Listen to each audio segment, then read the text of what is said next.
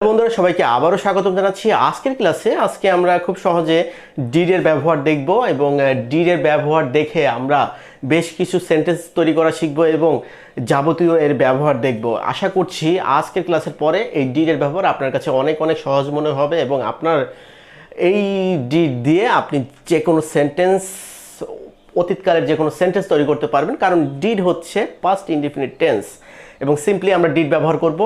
অতীত কালের বিভিন্ন টেন্স আমরা সম্পর্কে জানি, past indefinite, past continuous, past perfect এবং পাস্ট কন্টিনিউয়াস, এবং প্রত্যেকটাতে কিন্তু আপনার সাহায্যকারী ভার্ব থাকেই। তো ডিড মানে পাস্ট সিম্পলে আমাদের ডিড ব্যবহার হয়, কারণ প্রেজেন্ট সিম্পলে আমাদের ব্যবহার হয় ডু ডাজ। আমরা জানি ডু ডাজ হচ্ছে সিম্পল ফর্ম, ভার্বের সিম্পল ফর্ম, ভার্বের V1 ফর্ম। V1 মানে সিম্পলি আমরা যেটা জানি, যেমন গো ওয়েন্ট গন, তাই না? Go went gone, do did done, তাই তো? তো ডু এর পাস্ট হচ্ছে ডিড, যেটা হচ্ছে ভার্বের সেকেন্ড ফর্ম। তো আমরা যেমন এখানে ডু ডিড ডান, তো আমরা কি দেখলাম যে ডু ডিড ডান, তার মানে এটা হচ্ছে V1, V2 এবং V3। তাহলে এই যে আমাদের এখানে আমরা সিম্পলি দেখলাম যে V2 ফর্ম হচ্ছে ডিড, কারণ আমরা এতদিন শিখেছিলাম যে প্রেজেন্ট ইনডিফিনিটে V1 ব্যবহার হয়, যেখানে ডু অথবা ডাজ হতে পারে। ঠিক তেমনি ভার্বের সেকেন্ড ফর্ম মানে হচ্ছে পাস্ট ফর্ম, সেখানে ডিড এর ব্যবহার এবং V2। তা আমাদের ডিড যেহেতু ব্যবহার করা শিখবো, তাহলে আমরা এখানে যাই।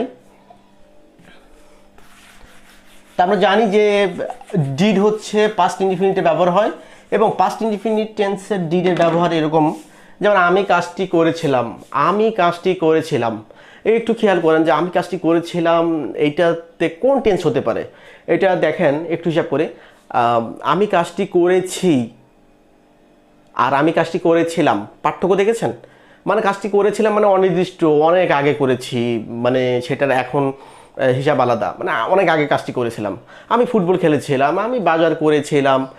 তাহলে অ্যাট দ্য সেম ওয়েতে আমরা যদি একটু চেঞ্জেস দেখি, আমি কাজটি করেছি, আমি বাড়ি গিয়েছি, আমি বাজারে গিয়েছি, এইটা কেমন শোনায়? আর আমি কাজটি করেছিলাম, আমি বাড়ি গিয়েছিলাম, আমি দেখা করেছিলাম, আমি মোবাইল ব্যবহার করেছিলাম, এইটা কিন্তু অনেক পার্থক্য। তো করেছি আর করেছিলাম এর মধ্যে যে পার্থক্যটা, বা তুমি কাজটি করেছিলে বা তুমি কাজটি করেছো এবং করেছিলে, এই যে পার্থক্য, করেছো এবং করেছিলে, এর মধ্যে পার্থক্যটাই হচ্ছে এখানে আসবে। যেমন হচ্ছে আমরা এতদিন শিখেছিলাম আগে তুমি কাজটি করেছিলে, এটা কিন্তু প্রেজেন্ট পারফেক্ট।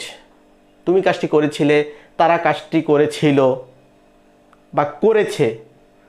তুমি কাজটি করেছো, তারা কাজটি করেছে, এটা কিন্তু প্রেজেন্ট পারফেক্ট। কিন্তু করেছিলে মানে অনেক অতীতের কাজ, সেটা কিন্তু সিম্পলি আমরা পাস্ট ইনডিফিনিটে ব্যবহার করব। ইউ ডিড দ্য ওয়ার্ক, তুমি কাজটি করেছিলে, ইউ ডিড দ্য ওয়ার্ক, কারণ এই ডিডটা ব্যবহার হচ্ছে ডু এর কারণে, কারণ ইউ ডু দ্য ওয়ার্ক, তুমি কাজটি করো, কিন্তু তুমি কাজটি করেছিলে, ইউ ডিড দ্য ওয়ার্ক। যেমন আমরা খুব ভালোভাবে বুঝবো, আমি বাড়ি গিয়েছিলাম, আমি বাড়ি গিয়েছিলাম, I went home, I went home, মানে এখানে কিন্তু সিম্পলি আমরা আই গো হোমের জায়গায় কিন্তু ওয়েন্ট হচ্ছে, কারণ ওয়েন্ট হচ্ছে ভার্বের সেকেন্ড ফর্ম, যেটা হচ্ছে ভার্বের পাস্ট ফর্ম। আমরা জানি যে ডিড হচ্ছে ভার্বের সেকেন্ড ফর্ম, যেহেতু ভার্বের পাস্ট ফর্ম, সেক্ষেত্রে প্রত্যেকটা আমরা পাস্ট ইনডিফিনিটে কিন্তু এই অবস্থায় আমরা ভার্বের সেকেন্ড ফর্ম ব্যবহার করব। যেহেতু আমরা জানি যে ডু ডিড ডান, যেহেতু আমরা ডিডের ব্যবহার শিখছি, এই ডিডের ব্যবহার যেহেতু এখানে সবসময় আমরা ভার্বের পাস্ট ফর্ম ব্যবহার করব, সেকেন্ড ফর্ম, ভার্বের সেকেন্ড ফর্ম ব্যবহার হবে বারবার। যেমন আমি বাড়ি গিয়েছিলাম, এখানে যাওয়ার ইংরেজি কিন্তু গো, এটার সেকেন্ড ফর্ম মানে পাস্ট ফর্ম হচ্ছে ওয়েন্ট। তো সেই ক্ষেত্রে আমাদের একটু খেয়াল রাখতে হবে যে অলওয়েজ আমরা ভার্বের সেকেন্ড ফর্ম ব্যবহার করব, কারণ আমরা এখন ডিডের কাজ দেখব। তো আই ওয়েন্ট হোম, আমি বাড়ি গিয়েছিলাম। ইউ ওয়েন্ট হোম, তুমি বাড়ি গিয়েছিলে, তাই না? খুব সহজে কিন্তু। তারা বাড়ি গিয়েছিল, দে ওয়েন্ট হোম, তারা বাড়ি গিয়েছিল। সিম্পল কিন্তু, তাই না? তো প্রেজে এই যে আমরা সিম্পল যেটা করছি, হ্যাঁ বোধক যেটা করছি, এইটা যদি আমরা না বোধকে করতে চাই তাহলে কি হবে? আমরা সবসময় জানি যে না বোধক, বিশেষ করে না বোধক আর প্রশ্নবোধকে সাহায্যকারী ভার্ব আনতেই হবে, কিছু করার নাই। মানে যে কোনো টেন্সে, যে কোনো সেন্টেন্স মেক করতে গেলে আপনার প্রশ্নবোধক এবং নাবোধক করতে গেলে সাহায্যকারী ভার্ব আনতেই হবে। তো আমরা যেহেতু জানি যে ডিডের ব্যবহার এখানে আমরা করছি, সো এখানে ডিড আনতে হবে, তাই না? যেহেতু আমরা পাস্ট ইনডিফিনিট করছি, আমি বাড়ি গিয়েছিলাম, আমি ভাত খেয়েছিলাম, আমি কাজটি করেছিলাম, আমি পরীক্ষা দিয়েছিলাম, আমি তোমার সাথে দেখা করেছিলাম, আমি এখানে দাঁড়িয়েছিলাম, তাই না? এগুলো কিন্তু সব পাস্ট ইনডিফিনিট। আর পাস্ট ইনডিফিনিট মানে ভার্বের সেকেন্ড ফর্ম এবং ডিডের ব্যবহার। তো ডিড যেহেতু আনবো, এখানে ডিড কোনটা? এই যে আচ্ছা, এটাই আমরা করি।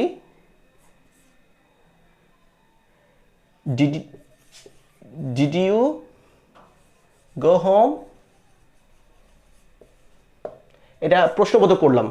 ডিড ইউ গো হোম, এই যে দেখেন আমি যখন ডিড ব্যবহার করব তখন কিন্তু ভার্বের প্রেজেন্ট ফর্ম চলে আসবে, ভার্বের প্রেজেন্ট ফর্ম চলে আসবে। কারণ আমরা অলরেডি আমরা এখানে দেখিয়েছি যে আমরা যেহেতু ডিড ব্যবহার করে ফেলেছি, সেক্ষেত্রে ভার্বের প্রেজেন্ট ফর্ম চলে আসবে। এটা হচ্ছে আমরা সিম্পল ওয়েতে, যেমন আমি ভাত খেয়েছিলাম, আমি ভাত খেয়েছিলাম, এইটা পাস্ট ইনডিফিনিট মানে ডিড দিয়ে যদি আমরা করি, পাস্ট ইনডিফিনিট দিয়ে যদি করি, তাহলে আই অ্যাট রাইস, মানে ইটের সেকেন্ড ফর্ম, মানে ভার্বের সেকেন্ড ফর্ম হচ্ছে অ্যাট, ভার্বের পাস্ট ফর্ম হচ্ছে অ্যাট। তাহলে আই অ্যাট রাইস, এইটা হচ্ছে প্রশ্নবোধক। যদি আমরা যাই তাহলে আমরা সিম্পলি করব ডিড আই ইট রাইস, কারণ এইখানে আমরা যেহেতু ডিড ব্যবহার করছি, তাহলে আর মেইন ভার্বের প্রেজেন্ট ফর্ম হবে। যেহেতু আমি সাহায্যকারী ভার্ব নিয়ে আসছি, সাহায্যকারী ভার্ব নিয়ে আসলে মেইন ভার্বের প্রেজেন্ট ফর্ম হবে। যেমন আমরা তো জানি যে সাহায্যকারী ভার্বের ব্যবহার থাকতে পারে, তাই না? তো সাহায্যকারী ভার্ব যখন ব্যবহার করব, তখন এই পাস্ট ইনডিফিনিটে মেইন ভার্বটা হয়ে যাবে প্রেজেন্ট ফর্ম, মানে V1 ফর্ম। তো ঠিক তেমনি আমরা ডিডের কাজ যেহেতু করব, তো সেই ক্ষেত্রে আমরা প্রশ্নবোধক এবং নাবোধকের ডিড ব্যবহার করব। আর আরেকটা মনে রাখি যে সাবজেক্ট যেই পার্সনই হোক না কেন, সাবজেক্ট ফার্স্ট পার্সন হোক বা second person, third person, singular, plural, what ever, মানে আপনার ডিড ব্যবহার করবেন, সরাসরি ডিড।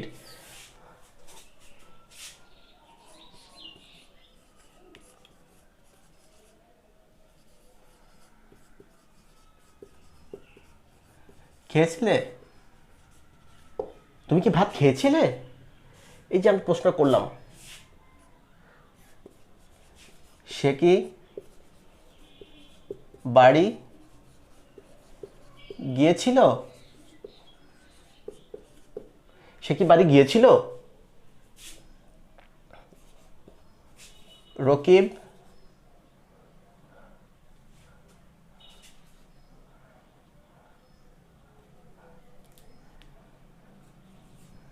আমাকে জানায়নি। রকিব আমাকে জানায়নি, এই যে এটা রকিব আমাকে জানায়নি, তার মানে অতীতে একটা কাজ করেনি। এই যে নাবোধক কিন্তু, তাই না? আর এটা হচ্ছে প্রশ্নবোধক নাবোধক। অলওয়েজ মানে পার্সন যেটাই হোক না কেন, আমরা সিম্পলি ব্যবহার করব হচ্ছে ডিড, ঠিক আছে? যেহেতু আমরা প্রশ্নবোধক এবং নাবোধক করব ডিডের ব্যবহার। তো আমরা জানি যে তুমি কি ভাত খেয়েছিলে, এটা প্রশ্নবোধক, তাই না? তাহলে did you eat rice, did you rice, এই যে সিম্পলি করে দিলাম ডিড ইউ রাইস। সে কি বাড়ি গিয়েছিল? তাহলে ডিড হি গো হোম, সে কি বাড়ি গিয়েছিল? Did he go home? Rakib আমাকে জানায়নি। তাহলে এটা প্রশ্ন না বোধক, তাই না? তাহলে আগে সাবজেক্ট আসবে, রকিব ডিড নট ইনফর্ম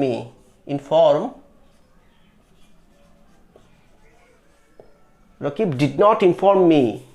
এখানে যখন আমরা ডিড ব্যবহার করব তাহলে ভার্বের আবার প্রেজেন্ট ফর্ম হয়ে যাবে, ভার্ব ইনফর্মড হবে না, ঠিক আছে? তো আমরা যেটা বুঝলাম সিম্পল, কিন্তু আমরা বারবার একটা কথা বলে রাখি যে আমরা আগে ফর্ম বুঝবো, প্রশ্নবোধক না বোধকে কিভাবে হয়, সাহায্যকারী ভার্ব কখন বসে, ভার্ব কখন বসে, মেইন ভার্ব কখন বসে, সাবজেক্ট কখন বসে, তাই না? অবজেক্ট কোথায় বসে আমরা কিন্তু ইতিমধ্যে জেনেছি, তাই না? আমরা কিন্তু জেনেছি। আমি আরেকবার আপনাদেরকে একটু জানিয়ে দেই ব্যাপারটা যে আসলে কি বলেছে, কারণ গত ক্লাসগুলো যারা মিস করেছেন তাদের জন্য এখন ক্লিয়ার হয়। একটু দেখি, আমরা যখন প্রশ্নবোধক বা না বোধক যখনই যা ব্যবহার করব, কিভাবে ব্যবহার করব, আমাদের নিয়ম কি? যদি কোনো সেন্টেন্স যদি হ্যাবোধক থাকে, হ্যাবোধক মানে আমি দেখা করেছি, আমি দেখা করেছিলাম, এটা হচ্ছে হ্যাবোধক। আমি দেখা করেছিলাম,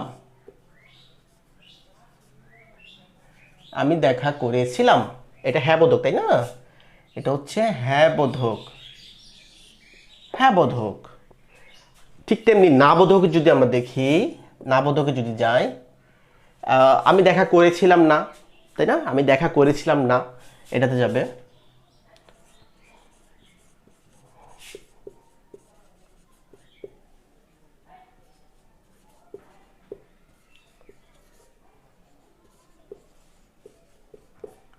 আমি দেখা করেছিলাম না বা আমি দেখা করিনি। এইবার প্রশ্নবোধকে যদি যাই তাহলে সেন্টেন্সটা কেমন হবে? আমি কি দেখা করেছিলাম, তাই না? সেম সেন্টেন্স যদি আমরা প্রশ্ন করতে চাই তাহলে আমরা ঠিক এইভাবে লিখব, আমি কি দেখা করেছিলাম। তাহলে এটা নিয়মটা আমরা আগে বুঝবো যে নিয়মটা কি হয়। প্রথমে সাবজেক্ট বসবে, তার সাথে বসবে হচ্ছে ভার্বের টু ফর্ম, মানে ভার্বের পাস্ট ফর্ম। আমরা জানি যে ভার্বের টু ফর্ম হচ্ছে ভার্বের পাস্ট ফর্ম, তারপরে হচ্ছে অবজেক্ট, এইবার আমরা যখন না বোধকে আসি তখন কি হবে?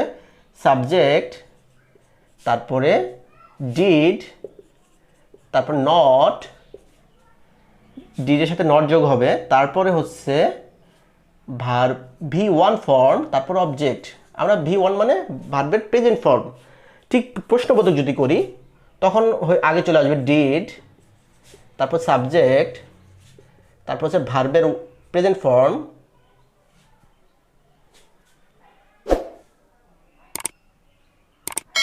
তারপরে অবজেক্ট, তাই তো? এই যে খুব সহজে কিন্তু আমরা প্রত্যেকটা মোটামুটি টেন্সে বা যে কোনো প্রশ্ন তৈরি করতে গেলে কিন্তু আমাদের এই ফর্মে আমাদের প্রশ্ন তৈরি করতে হয়। প্রশ্ন মানে অন্তত প্রশ্ন করতে গেলে কি করতে হয়? প্রথমে মেইন সাহায্যকারী ভার্ব আসবে, তারপরে হচ্ছে সাবজেক্ট বসবে, তাই না? তারপর মেইন ভার্ব বসবে, ঠিক একই ওয়েতে কিন্তু এটা, ঠিক আছে? আপনারা কিন্তু খুব সহজে বোঝার চেষ্টা করবেন। তাহলে আমরা এই ফর্মে যদি সাবজেক্ট ভার্বের টু সেকেন্ড ফর্ম এবং অবজেক্ট দিয়ে যদি এইটা বাংলা করতে চাই তাহলে আমি দেখা করেছিলাম, যেহেতু আমরা জানি যে দেখা করার ইংরেজি হচ্ছে মিট, তাই না? তাহলে মিটের সেকেন্ড ফর্ম কোনটা? V2, মানে হচ্ছে ভার্বের পাস্ট ফর্ম, MET, মিট, তাই তো? আই মেট হয়ে গেল, আমি দেখা করেছিলাম, আই মিট। কার সাথে দেখা করেছিলাম এটা তো আমি লিখি নাই, সো আই মিট দিলেই এটা হয়ে যাবে, আমি দেখা করেছিলাম। এইবার হচ্ছে না বোধকে যাব, আমি দেখা করেছিলাম না, আই ডিড নট মিট। এবার হচ্ছে ভার্বের প্রেজেন্ট ফর্ম চলে আসলো কারণ ডিড ব্যবহার করেছি, ঠিক আছে? I did not meet. এইবার যদি আমরা যাই, আমি কি দেখা করেছিলাম, did I meet did I meet, আমি কি দেখা করেছিলাম, খুব সহজে কিন্তু, ঠিক আছে। এরপরে অবজেক্ট ব্যবহার যদি করতাম যে আমি তার সাথে দেখা করছিলাম, উইথ হার, উইথ হিম, সেটা তো পরের ব্যাপার, তাই না? আমরা তো এটা জানি যে অবজেক্ট যদি আমাদের প্রয়োজন হয় আমরা লিখব, না হলে না। কিন্তু বেসিক ব্যাপারটা কিন্তু এখানে, হ্যাঁ, এই যে সাহায্যকারী ভার্ব, সাবজেক্ট, তারপর মেইন ভার্বের পাস্ট ফর্ম নাকি প্রেজেন্ট ফর্ম, এই যে কোনটা হবে, যদি ডিড ব্যবহার করি তাহলে পাস্ট ফর্ম আর হবে না, মানে V2 আর হবে না, প্রেজেন্ট ফর্ম হবে, তার মানে V1 ফর্ম হবে, ঠিক আছে। খুব সহজ কিন্তু। তাহলে আমরা আজকে কিন্তু খুব সহজে দেখলাম যে ডিড কিভাবে ব্যবহার হয়। এবং বারবার বলে রাখি যে ডিড ব্যবহার হবে, এটা কোনো মিনিং করবে না যে আসলে পার্সন এখানে সাবজেক্ট কোন, মানে কোন person, first person, second person নাকি থার্ড পার্সন, সাবজেক্ট কোন পার্সন, এটা ডাজন্ট ম্যাটার। যেমন ডু ডাজ ব্যবহার করতে গেলে আমাদের সাবজেক্ট কোন পার্সন এটা আমাদের মেনটেন করতে হয়, থার্ড পার্সন সিঙ্গুলার নাম্বার সাথে কী হবে না হবে এটা কিন্তু একটা ফ্যাক্ট। ওয়াজ ওয়ার কোথায় হবে এটা কিন্তু একটা ফ্যাক্ট, তাই না? ঠিক তেমনি হ্যাভ হ্যাজ কোথায় হবে এটাও ফ্যাক্ট। শ্যাল উইল কোথায় হবে এটা একটা এটা হচ্ছে নির্ভর করে হচ্ছে সাবজেক্ট কোন পার্সনের উপরে, তাই তো। কিন্তু ডিড ব্যবহার হবে যে কোনো কারোর সাথে, এটা হতে পারে first person, second person, third person, singular, plural, যাই হোক না কেন, ডিড ব্যবহার হবে সবার সাথে। এটা কিন্তু খুব সহজে আপনার মনে রাখবেন। এবং প্রশ্নবোধক না বোধক কীভাবে তৈরি করতে হয় সব জানবেন। আর ভোকাবুলারি সম্পর্কে আপনাদের আইডিয়া রাখতে হবে। ভোকাবুলারি বলতে কী বুঝাচ্ছি, যেহেতু আমরা শব্দের অর্থ আমাদের জানতে হবে, ভার্বের মানে জানতে হবে আপনাকে কিন্তু, তাই না? তাহলে অন্তত মেইনলি বিশেষ করে ভার্ব, কাজ করার এই মানেগুলো কী কী কী কী কী কী দিয়ে আমরা কাজ করানো বুঝাই। গো, ইট, রাইট, তাই না? তারপর হচ্ছে রান, ওয়াক, ঠিক আছে। তারপরে সেল, বাই, ঠিক আছে, কেনাকাটা, যাই বলি না কেন, যে কোনো কাজ করানোর যে মিনিংটা অথবা এই বাংলার ইংরেজিটা আপনাকে জানবেন। এবং সেটার V2 ফর্ম কি, ঠিক আছে। যেমন গো, ওয়েন্ট, গন, তাহলে গোয়ের সাথে ওয়েন্ট যে বসলো, গোয়ের সাথে যে ওয়েন্ট বসাতে হয় সেটা আপনারা নাও জানতে পারতেন, কিন্তু আপনারা শিখতে হবে। কিন্তু আপনি যেটার আগে, মানে যে কোনো ভার্বের পাস্ট ফর্ম কী হবে বা পাস্ট পার্টিসিপল, মানে V1, V2, V3 কী হবে এটা আপনাকে জানতে হবে মাস্ট, ঠিক আছে। তারপর V4, V5 কোথায় হবে সেটা জানতে হবে। এই জন্য আপনাদের ভার্বের বিভিন্ন রূপের সাথে এবং ভার্বের সঠিক নিয়মটা আপনাকে বুঝতে হবে, দেন ইংরেজি হবে পানির মতো সহজ। বারবার বলে রাখি, একটু অধ্যবসায় করেন, একটু পড়াশোনা করে দেন এটাকে মেমোরাইজ, মানে মাথার মধ্যে একটু নিয়ে নেন যে আসলে ফর্মটা কি ফর্মে দিলে আসলে সঠিক ইংরেজিটা ক্রিয়েট হবে, সঠিক বাক্যটা আমি তৈরি করতে পারবো। এই জন্য বারবার এটা এখানে ট্রাই করেন, আশা করছি খুব সহজে শিখতে পারবেন। এবং আজকের মতো এইখানেই রাখছি, সবাই অনেক ভালো থাকবেন, বাই বাই।